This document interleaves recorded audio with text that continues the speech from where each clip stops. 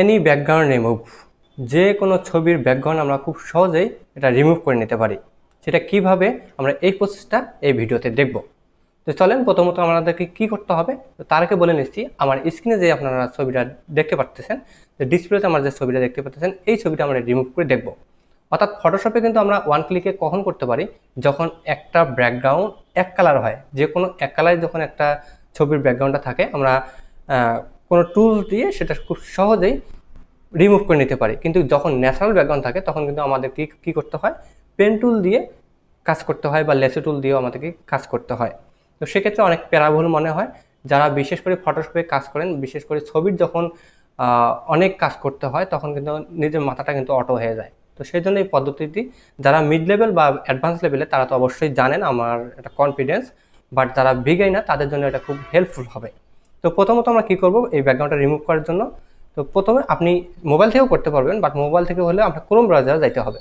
তো আপনি যে কোনো একটা ব্রাউজার ওপেন করবেন, ব্রাউজার ওপেন করার পর এখানে সার্চ করবেন অ্যাডোবি এক্সপিরিয়েন্স।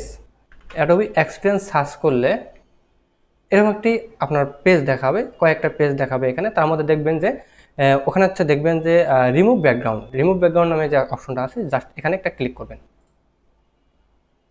ওকে, রিমুভ ব্যাকগ্রাউন্ডে ক্লিক করার পর আপনি সিম্পলি এখানে দেখবেন যে লেখা আছে remove the background from image for free.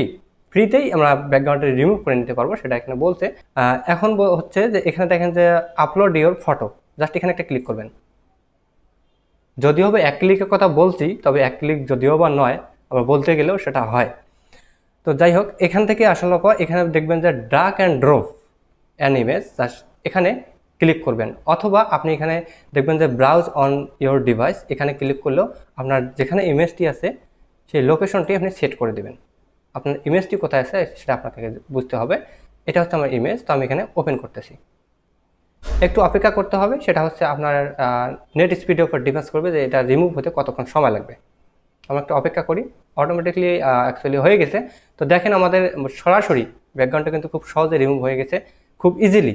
কোনো এখানে বোঝা যাচ্ছে না যে আমরা আসলে কোনো থার্ড পার্টি ওয়েবসাইট দিয়ে আসলে ব্যাকগ্রাউন্ডটা রিমুভ করছি।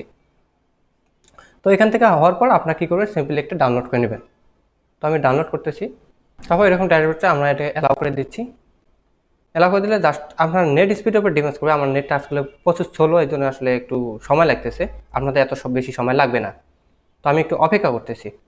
তো আমার কিন্তু এখানে ডিজাইনটা আসলে ছবিটা আমার এখানে কিন্তু ডাউনলোড হয়ে গেছে। এখানে দেখতে পারবেন মাই প্রজেক্ট নামে একটা আপনার ফাইল ডাউনলোড হয়ে যাবে। আপনি এখন দেখতে পারেন যে আপনার ডাউনলোডটা কোথায় হয়ে গেছে। এখান থেকে আপনি শো ইন ফোল্ডার এখানে ক্লিক করলে আপনার কাঙ্ক্ষিত যে ছবিটি আপনি এখানে দেখতে পারবেন।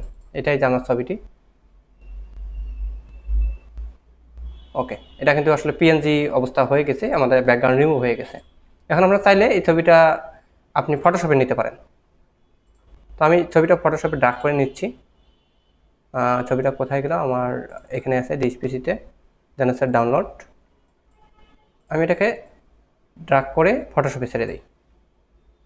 এখন দেখেন আমরা চাইলে কিন্তু এটাকে কাস্টমাইজ করতে পারবো বা নতুন করে এখানে ব্যাকগ্রাউন্ডও নিতে পারবো। এখন আমরা যদি ইচ্ছা করি যে কোনো কালার ইউজ করার এখানে, ওকে, এখন আমরা চাইলে কিন্তু আসলে কালারগুলো চেঞ্জ করতে পারবি। ওকে, তো খুব সহজেই কিন্তু আসলে জিনিসটা করতে পারলাম। বাট আপনাদেরকে বোঝানোর ক্ষেত্রে আমার ভিডিওটা লেন্থি হয়ে গেছে। তো সুস্থ থাকবেন, ভালো থাকবেন, আমার জন্য দোয়া রাখবেন। আল্লাহ হাফেজ।